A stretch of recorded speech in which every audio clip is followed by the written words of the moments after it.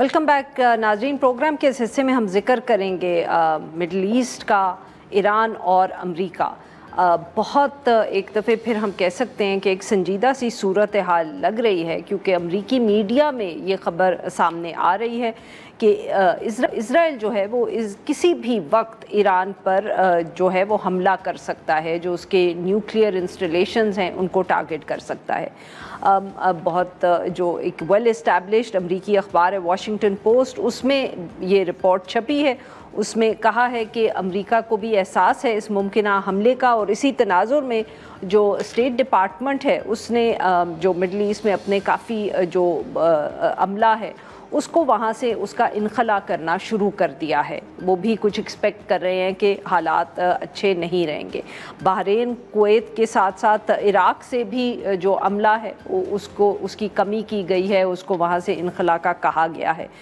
जो पेंटागन है उसने भी इस तरह के इक़दामात जो है वो इशू किए हैं। साथ में जो तशवीशनाक बात है वो यही है कि प्रेसिडेंट डोनाल्ड ट्रंप, जो इस दफ़े लग रहा था कि जिनकी ख़ुद की पॉलिसी जो है ईरान की तरफ वो मुख्तलिफ है और वो ईरान से गुफ्तगू कर रहे थे, उन्होंने भी एक मीडिया आउटलेट से बात करते हुए कहा कि अब वो इस माहिदे के बारे में इतने पुरुमीद नहीं हैं जितने वो कुछ महीने पहले थे। उनके साथ कुछ हुआ है लेकिन मैं माहिदे के होने के बारे में बहुत कम पुरुमीद हूँ। कहा यही जा रहा है कि अमेरिकन इंटेलिजेंस को ये ख़दशा है या कुछ उनके पास इंफॉर्मेशन है कि इज़राइल जो है वो अमेरिका से बात किए बग़ैर या अमेरिका की मंजूरी के बग़ैर जो न्यूक्लियर इंस्टॉलेशंस हैं ईरान की, उन पर हमला कर सकता है। ईरान की तरफ से भी जिस किस्म की स्टेटमेंट सामने आई हैं उनको भी एहसास है इस बात का। वहाँ के जो वज़ीर दिफ़ा अज़ीज़ नासिर ज़ादे साहब हैं, उन्होंने कहा है कि अगर अमेरिका से जौहरी मुआहदा ना हुआ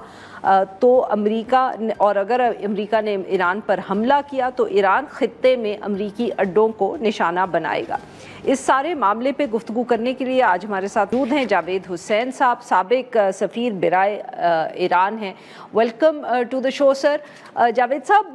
काफ़ी एक संजीदा सूरत हाल लग रही है। डू यू थिंक के what the media reports are pointing out, ये एक अब बहुत जिसको कहते हैं ना इसके इम्कान बढ़ते चले जा रहे हैं हर दिन के साथ?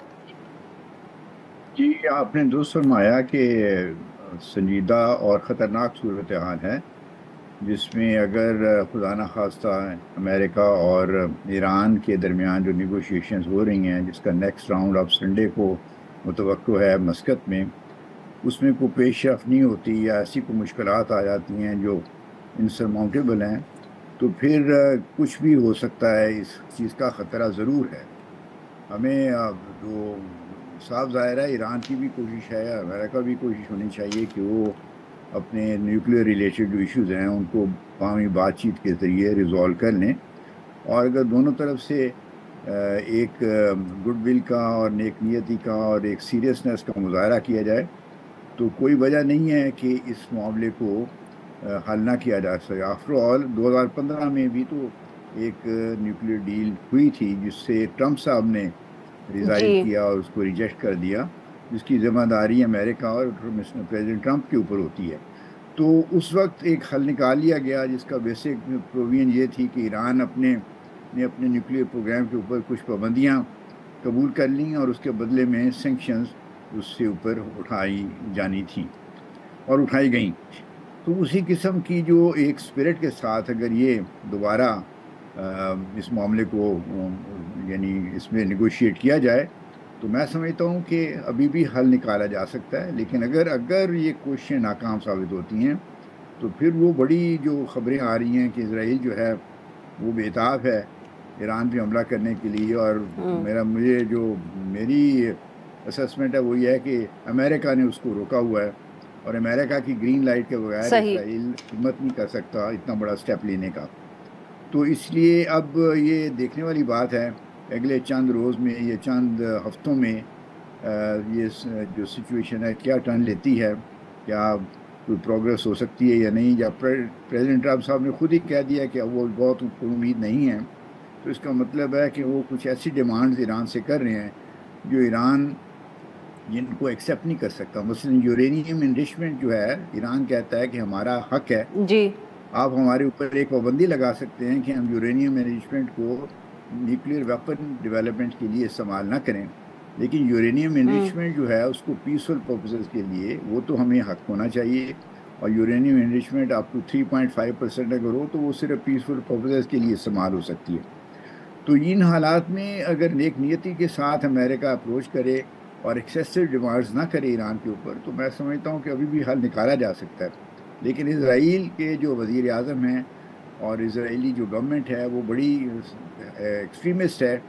اور ان کی خواہش میرا خیال میں لگتا یہ ہے کہ کسی طریقے سے ایران کی نیوکلیر فیسلٹیز پہ حملہ کر کے ان کو ڈیمیج کیا جائے، تاکہ ایران کا جو نیوکلیر پروگرام ہے وہ اس کی فردر جو پیش رفت ہے اس کو روکا جا سکے۔ تو جاوید صاحب، مجھے یہ obviously جیسے کہ ہم بات کر رہے ہیں کہ یہ اسرائیل کی تو خواہشات ہیں ہی صحیح، اور ہم یہ بھی دیکھ رہے ہیں کہ اسرائیل کے اوپر کے دنوں میں امریکہ کا شاید اتنا کوئی دباؤ کام بھی نہیں کر رہا، مگر اس کا باقی مڈل ایسٹ پر کیا امپیکٹ ہوگا اگر اس طرح کا کوئی حملہ ہوتا ہے؟ کیونکہ اب ایران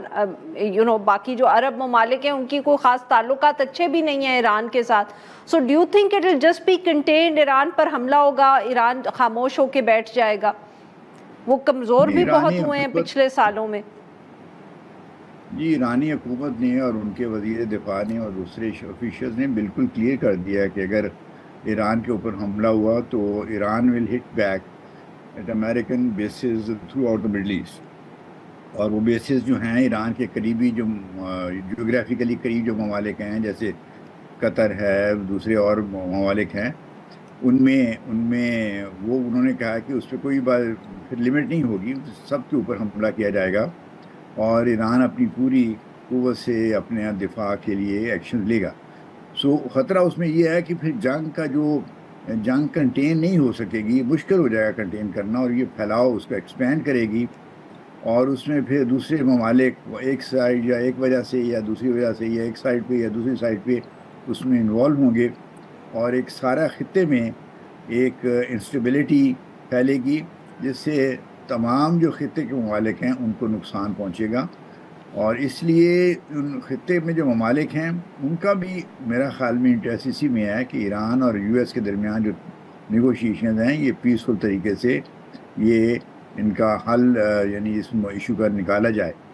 اور میں سمجھتا ہوں سر ویری کوئکلی، معاف کریے گا وقت بہت کم ہے، یہ گلف ممالک کو سر کیا نقصان ہوگا اگر ایران پہ حملہ ہوتا ہے اور ایران زیادہ کمزور پڑتا ہے؟ Very quickly sir, we are running out of time ہے۔